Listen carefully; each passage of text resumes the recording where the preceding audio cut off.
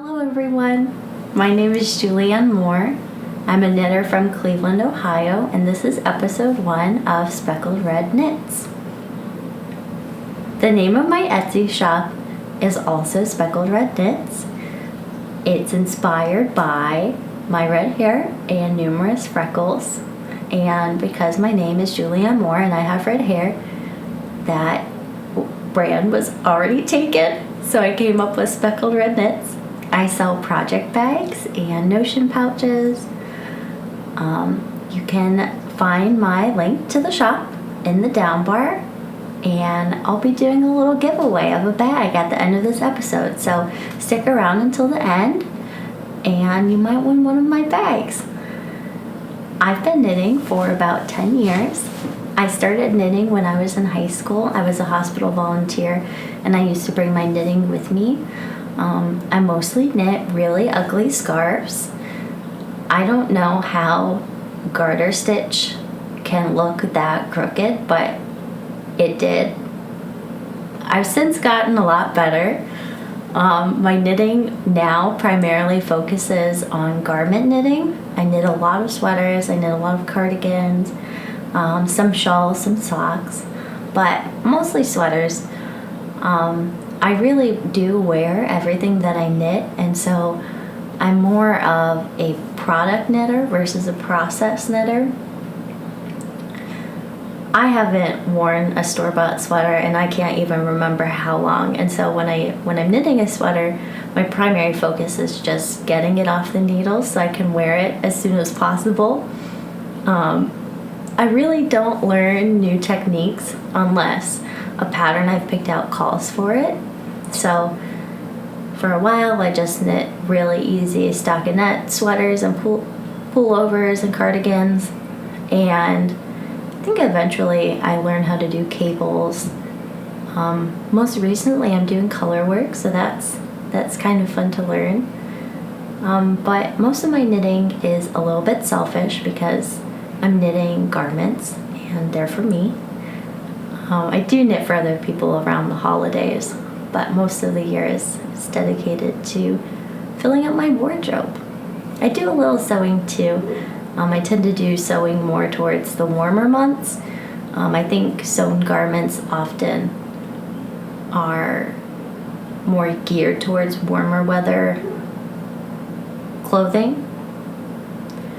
I just finished this dress, so yeah, there will be a little bit more sewing in the summer, and then in the winter it's mostly just knitting. So I'm so excited to have you all here, and for who is ever watching, I'd like to get into some knitting. So I'm so excited to share with you some of my current works in progress, some of my whips. So my most recent work in progress is the Verticies Unite shawl by Stephen West. I feel like everyone is knitting this shawl right now. I had originally seen this shawl featured on the Espace Tricot podcast. I really love that podcast. I just love seeing all of the yarny offerings that they have at their store. But one of the ladies was talking about how it was their most favorite shawl to wear, that the shape was just really great and they liked knitting it. So I had heard about it before and have put it on my list of things to knit. And now that everyone's knitting one, I kind of wanted to jump on board. I think my original hesitation knitting it was that you need 5 colors, and 5 colors is just a lot for me to commit to. Usually when I knit shawls, actually, I really only knit one shawl pattern. I knit the Dotted Race by Stephen West. I think I've knit it 5 times. It's really easy to use 3 colors in it, and I just really love the shape of it and how mindless it is. So I've knit that one a lot, and you only need 3 colors really, or you could do it all one color, but I usually do like a 3-color fade. And that's easy for me to put together 3 colors, but 5 colors was a little bit much. So I found 5 colors because of the yarn that I bought. I didn't buy the yarn intentionally to knit this shawl. I bought the yarn because I was really excited about the yarn. Woolberry Fiber Co. They just came out with a custom base. It's 100% US grown Cormo, and I just really have a thing for like farm yarn and breed specific yarn. And when I saw they were having an update, I set my alarm and I hopped on, and I got 4 colors. I had 5 picked out, but one of them got carjacked. It was a pink clay colorway, that's my all-time favorite color, is that shade of pink. So I was a little bummed I didn't get that one, but I got 4 others, and I decided I wanted to knit a Vertices Unite out of it. So I'm not super far into it. This is the first section. So if you've knit this shawl before, you know that it's kind of knit in pieces, and as you work another piece in, you pick up stitches along the edge. So if you can kind of see here, there's a slip stitch edge that makes the stitches really easy to pick up later. But let me show you the colors. So this is the first section, it's the biggest section, and you just work alternating garter stripes. These are my first 2 colors. This yarn is just amazing. It's so soft. The twist is really unique. So the twist is very pronounced. It's just like a 2-ply twist, and it's very rustic. There are little nubs in it, and I just love it so much. The hand feels kind of dry, almost like a plant-based fiber would, but then it's so squishy and it's so soft. It's not super washed, and you can still feel a little bit of the lanolin in there. So I was so excited to get this yarn. She sold out very quickly, and she's not going to have another update until August because it is a custom milled base. So I feel kind of bad talking about it because you can't get it until August, but if you want some of this yarn, it is so worth it. I love it so much. So these are my first 2 colors. The top color is called Peachy Keen. This color is called Rhubarb Pie. So I have these 2 colors. I have this color, it's called Moab. I have this color, which is called Pine. It's kind of like a soft pine green. And then because I didn't have that 5th color that I really wanted, I ended up getting 2 skeins from Primrose Yarn Co. It's also a custom milled base, and it's non-superwash too. It's 50-50 Shetland Merino, and it has a similar twist structure. So I bought 2 skeins to kind of decide which one I wanted to use. I think I'm going for this green color. I think this reddish color is a little too close to my darkest color. So all together, these are going to be my colors. And I'm really excited about it. I wanted to knit this shawl for a long time, and I'm so excited that I was able to use this yarn basically as soon as I got it. It's always a bummer when you buy special yarn and then you don't have a project picked out for it and it just sits there. So yeah, I'm really excited about this shawl. I'm not super far into it, but I love the way it's working up. And yeah, the Stephen West, his patterns are always so clear, very easy to follow. It's a lot of garter goodness, so squishy. And I'm looking forward to moving on to the next section when I have to pick up some stitches. So my next work in progress is the Umpqua Sweater. It's by Caitlin Hunter. Originally when I saw this pattern, I believe it came out in an issue of Lane magazine. The colors didn't really resonate with me. It was a beautiful sweater, but the colors, the yoke colors were done in mostly primary colors, and then the background was kind of an oatmeal color. And that just wasn't something that really attracted my eye. I recently saw a picture of someone's Umpqua sweater that was done in a charcoal gray, and the leaf motif was kind of done in like a scrummy greenish yellow, and then the middle flower portion was done in a gradient of gray. So it was like a darker gray on the 2 outside flower pieces, and then a more medium gray, and then a really light gray going across the middle. And it just is so beautiful. I had strayed away from knitting it immediately because there's quite a bit of 3-stranded color work in it, and I can't yet knit color work where I hold the yarn in one hand. I kind of pick up a color and then knit with it and put it down, which is fine for 2-stranded color work, and I get a pretty even gauge doing that. But when you do 3 strands, it's a little bit more difficult to catch the floats, because you have to catch the floats, since you do go quite a while when you're working 3 strands without using every color. And so I was a little bit intimidated by that, but I bought the yarn in March, and I figured that since we were going into quarantine, although I still go to work, that this is a really good time to try something that was more difficult, that I probably I would have the time to work on it. And so I bought the yarn intending for it to be a longer project than it has been. I thought I would kind of pick it up and put it down because the color work yoke is really quite large. And I just kind of knit through the yoke pretty fast. This is what I have so far. I am almost done with the split hem for the body, but you can kind of see the yoke here. I am using Jamieson and Smith 2-ply. It's their Spindrift base. It's 100% Shetland wool.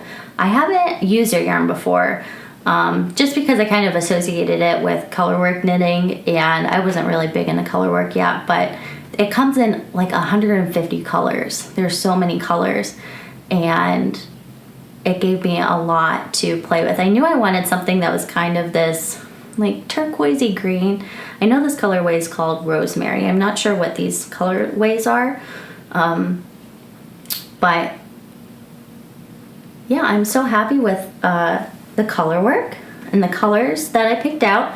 I kind of tried to keep that same gradient going with the darker and then a more medium tone and then the light across the middle, and I kept that goldish green just because I love that color so much, and I'm really pleased with it.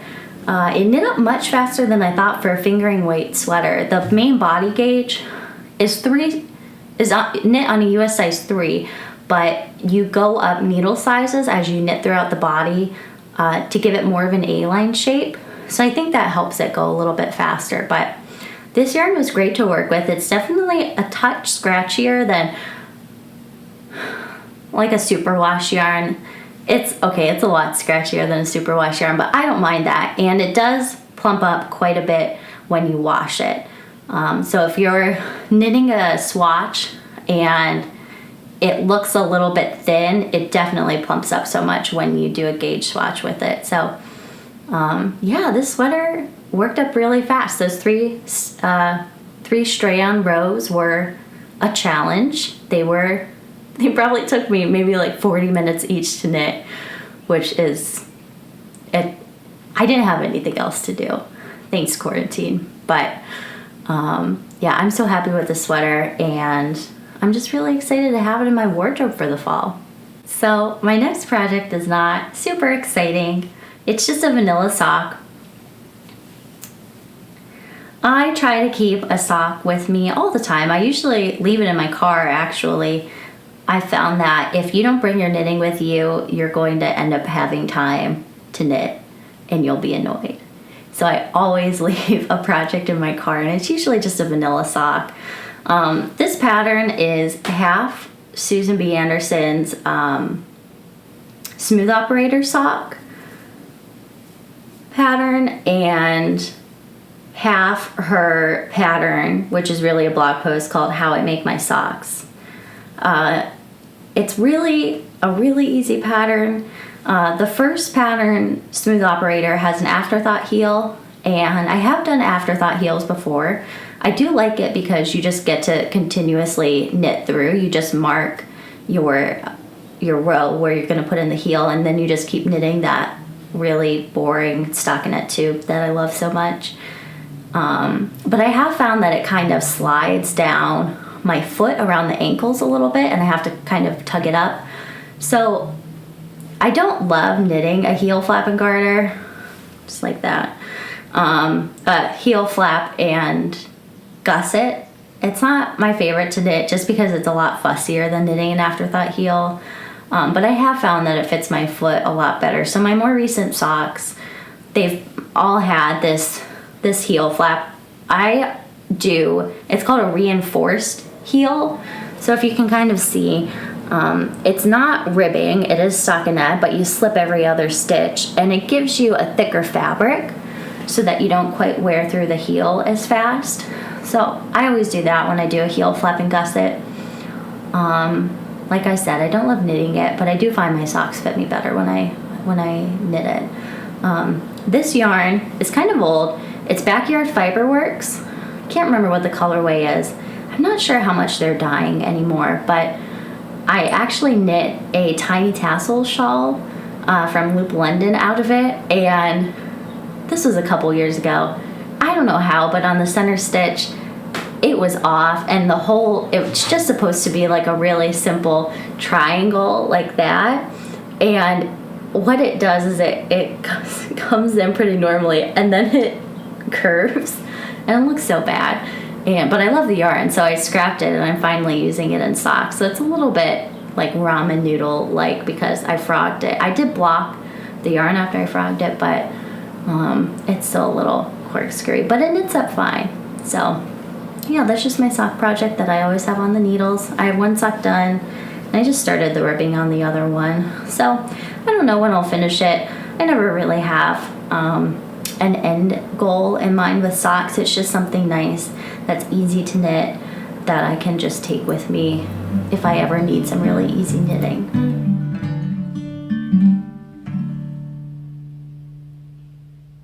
So my first finished object I finished around mid-April, and it is the Umpqua Sweater by Caitlin Hunter. She made the pattern for Tolt Yarn and Wool, which is a yarn store in Washington. She made the pattern. It was meant to be part of a collection of patterns that are supposed to be easy to knit when you're camping. And that's the rationale for this sweater being bottom up, even though it is color work. So let me show you it real quick. This is the front. I knit it in Brooklyn Tweed Shelter and their worsted weight. The colors, the body is knit in Truffle Hunt. The lighter color is called Pillow Fort or Postcard, I can't remember. And then this red color is called Homemade Jam. So I never knit in Brooklyn Tweed before, but they are having their big Apart Together sale, and so I definitely bought some yarn. And I didn't anticipate having this sweater done in time to wear it before next season. I actually blocked it and then put it away for the season, but then we went from like having 65-degree April weather to snow again. So I actually wore it 4 times since April. But I really like this sweater. The only thing I would do differently is when you're looking at the yoke, you can't quite see this motif as well. The red color is just a little bit too close to the main body color. So that's something to keep in mind when you're doing color work is, you don't have to have a ton of contrast, but you do want enough so that the motifs stand out when you knit it. Yeah, this is my first time ever knitting with Brooklyn Tweed, and I really love it. This is a woolen spun base, so it's very squishy, but it's very light and really warm. Yeah, I love this sweater. I don't love that it was bottom up. I'm not a huge fan of bottom up sweaters at all, but especially just knitting a pullover, it was hard for me to like gauge how long the body was, if it was the right length. And I actually, after I finished it and blocked it, I went back and I ripped out the ribbing and ripped out like 1.5 inches from the body because it was just too long, and I couldn't tell knitting it because it was bottom up. And I didn't love working the color work bottom up just because you get like some pulling along the arms when you join them for the body. And so the whole experience when you're trying to work bottom up was just a little bit awkward. Like, it was fine working down here where it's just, a stockinette too, but once you get to the point where you have to join the arms to the body and you're trying to work color work and it's like tight and stretching, I just didn't love that. But the overall sweater is great and I love the finished product. But yeah, I'm not a huge fan of bottom up sweaters. So my next finished object, I finished maybe 2 months ago. I don't have a ton of finished objects right now just because I've been casting on more. Since it's getting into the warmer months, I have less of a desire to just like crank out projects. I like the summer for that. You can kind of work on things that are more difficult without, wanting to finish it so that you can wear it immediately. If you knit something in June, you're not going to wear it until October, at least where I live. So this shawl I finished. It's a really simple shawl, kind of long. I'll put it on for you. But I finished this shawl maybe 2 months ago, and I knit it for our trip to Portugal. That was canceled. I really wanted a shawl that was just simple. This color went really well with a lot of the clothes I was planning on packing, and since we were going at the beginning of April, I thought it would be nice to have something for warmth. The shawl pattern is called the half pie shawl, and I can't tell you who made it, but it is a paid pattern on Ravelry. I really wanted a shawl that had more width than length, just because I did want it for warmth. So, it's long enough to wrap around your arms, but there's definitely quite a bit of width to it too. The yarn that I knit it with is Mammoth del Uruguay. It's their Milo base, and it's like 60-30 merino linen. So it's a really interesting yarn. You can kind of see like some of those linen fibers in it. They kind of stick out. So it's still warm like wool, but it's a little bit lighter because of the linen. I already had the yarn laying around. I had planned to knit a cardigan for it, but because it's a single ply, I just didn't think it was going to hold up that well in a cardigan. It also does have like a little bit of thick and thin texture, so not great for gauge in a garment. The one thing that's different about this than the pattern calls for is this ruffle around the border. So if you've knit a half pie shawl, you know that what gives it that half circular shape is that at specific portions in the shawl, you double the amount of stitches, and that gives it that circular shape. So I was getting towards the end of using my yarn up, and these rows are where you increase, these eyelet rows. And so because I didn't knit the next little bit to the full length that section was supposed to be, the stitches don't lay flat, and you end up getting this ruffle, which I actually love, and it was not intended, but I think since it's such a simple shawl, I think it gives it something extra special. I'm not sure if the pattern called for an I-cord bind off, but I did do an I-cord bind off. I really like that on shawls, probably because I only knit Stephen West shawls, really. He always does the I-cord, and I just really like that finish. It looks so nice. So I'm not wearing it for what it was intended to be worn for, but hopefully we'll get to use our Canada Air vouchers to go back sometime soon.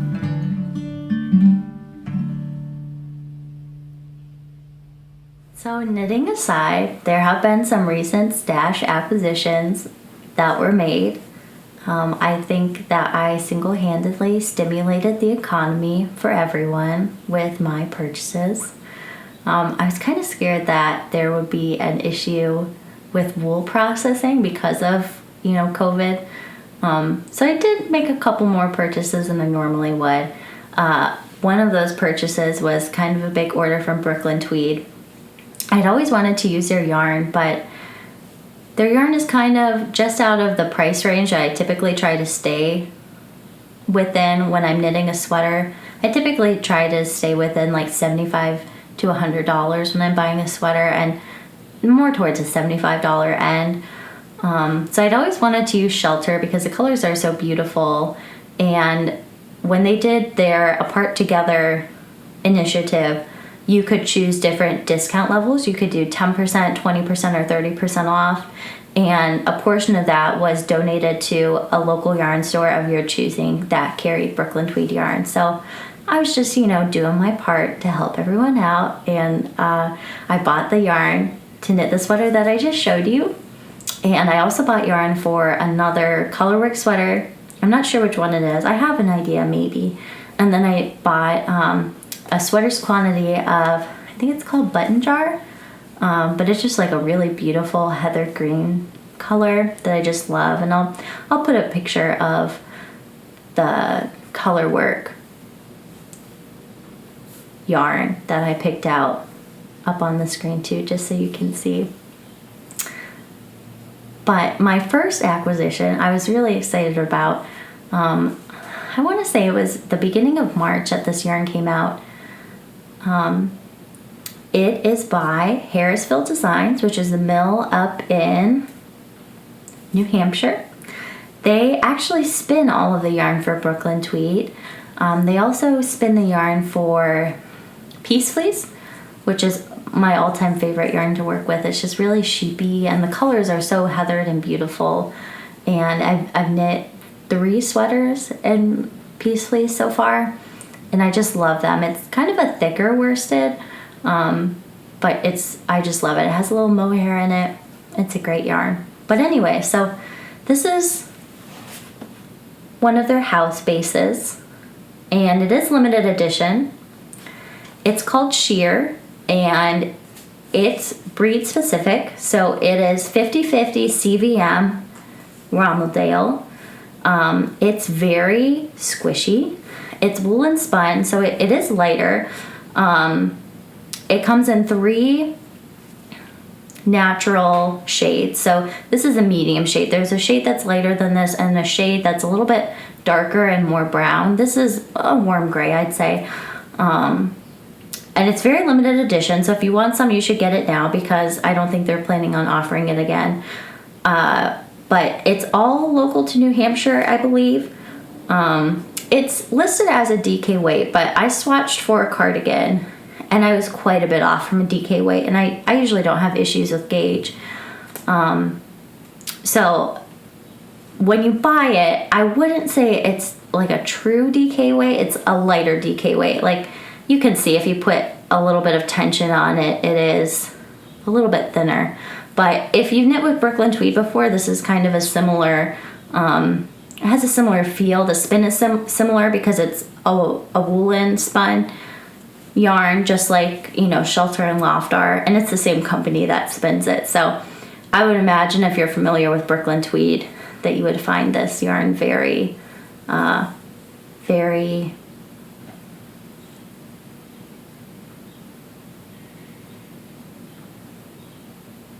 okay, you're just gonna have to cut it there because I couldn't find the word I was looking for. So my next stash acquisition is some Drill Draper Make Stuff Mohonk Light yarn in the colorway Malachite. It's a really beautiful kind of variegated green. I don't want to say variegated, it's kettle dyed, I believe, so you kind of get some of those subtle tonal variations because it's kettle dyed. It is 100% lamb's wool. It's so soft. It has, I think it's a two-ply twist, which I love. And it has 550 yards in a skein. I think I want to knit the vanilla sweater that the Woolly Thistle, which is an online yarn store, they also have a podcast. She came out with, it's called the Vanilla Sweater, and it's just a really simple fingering weight sweater. I know she knit hers in Ralma, and a lot of people are doing her knit along for the sweater, but it calls for a fingering weight, and I have about 1,100 yards here of this yarn, and I think I'm gonna knit that sweater with it. This yarn is super squishy. It's not woolen spun, but it is a lighter spin. The colorway originally looked a little bit more blue online, but I just think it's so beautiful. It's really dark. It almost looks black in places, but it's such a beautiful color. There was a push a couple weeks ago to buy from vendors that would have been showing at the Maryland Sheep and Wool Festival that was canceled, just to help them support their businesses. For a lot of people, that's a big show, and a lot of their income comes from it. And so I know a lot of people said that they really didn't lose that much revenue because the show was canceled, because people bought so much from them, which is really great. And I definitely would not turn down a chance to buy these two beautiful skeins. So I'm really excited to knit with this. It's so squishy. It smells really good. And it's just such a beautiful color. So my last stash acquisitions are these two beautiful skeins from Woolly Mammoth Fibers. They look pretty similar, but they are different colors. This color is honeysuckle, and this color is called orchid. This one's a little bit more pink, and this one's a little bit more purple. The honeysuckle colorway has a little bit of yellow in it. You can't quite see it all wound up. But my hope is to get another skein from her sometime soon and have 3 skeins to make a shawl. This is a DK weight yarn. It is not superwashed. It's a 50/50 BFL Cheviot blend, and all of her yarn is local to the UK. She lives in Northern Ireland, and she actually does a lot of special edition yarns with, fleece that she got just down the street from the local farmer. She does those a couple times a year, but all of her standard bases are still really local to her. And I think they're entirely produced in the UK, which is pretty cool. I just discovered her podcast recently, and I love it. It's a really beautiful podcast. I studied abroad in Ireland. I was living in Dublin, and I love Ireland so much. And one of the things I really wanted to get when I was there was a sweater's quantity of local wool, and I never found it. But there's so many sheep in Ireland. There's sheep all over the place. And I was disappointed I couldn't find that, but I'm really excited that when her next limited edition yarn comes out, that I can get my hands on some Irish wool. But she does natural dyes. These are all natural. I can't tell you what they are. She doesn't put that on there, but they are all natural dyes, and none of her bases have nylon in them. They're all strictly natural fibers. I don't exclusively knit with natural fibers. Well, no, I do. What I mean to say is I don't exclusively knit with non-superwash yarn. I do knit with superwash yarn sometimes, but I just find for my garments that I like the fabric, and I like the shape of the garments I knit that are done in non-superwashed yarns much better. Like when I knit a cardigan, you kind of want a cardigan to have more structure, and I just find that when they're knit in, like a non-superwash worsted weight wool, they just keep their shape and they hold up so much better. And I also just love farm yarn so much. So I guess this isn't really farm yarn. It kind of is. But I just love that there's a little bit of a story behind it that you don't always get with superwash yarn. So you'll hear me talk a lot about how much I love farm yarns, and I love the way they smell. I know other people sniff their yarn. I'm not alone. But yeah, I lean more towards knitting with non-superwash, but that's not exclusive. So now that I've talked about all of the yarny goodness that I possibly can for a reasonable person to watch, it is the end of the podcast. I'm going to try and link as much as I can down below in the down bar. I will try to insert pictures where I can. And to end this first episode, I wanted to do a little giveaway of one of the bags from my Speckled Red Co. shop. This is a bag I'll be giving away. It won't be this exact one because I'm using this one, but this is a medium size pouch. Has a little handle on the side, really nice zipper. All my bags are lightly padded with a little bit of batting to give them some structure. This medium size is great for socks. I like to keep 2 skeins in here, so I have a skein for the heels and then a skein for, the main body of the sock. But it holds 2 very comfortably. I line all of my bags with, it's like a heavyweight ticking fabric that I think is just so cute. But you can see there are 2 skeins fitting comfortably in here along with the notions pouch. So it's great for socks, great for smaller shawls, great for sweaters when you're just knitting a little bit of it. The print is State Wildflowers. It's one of my most popular prints, and I just think it's so cute. I think there is an Ohio one on there. Oh yeah, it's right there. There's the Ohio flower. So in order to be entered in the giveaway, all you need to do is subscribe and leave a comment below telling me what kind of crafts you've been working on during quarantine. I'm an EMT, so I still go to work, so my quarantine's been a little bit different than other people's. But I'd love to hear what you're doing with your extra time at home. If you're crafting, if you're baking, just let me know what you're doing in the comments. Subscribe and stay tuned for the next podcast. Thanks so much for stopping by.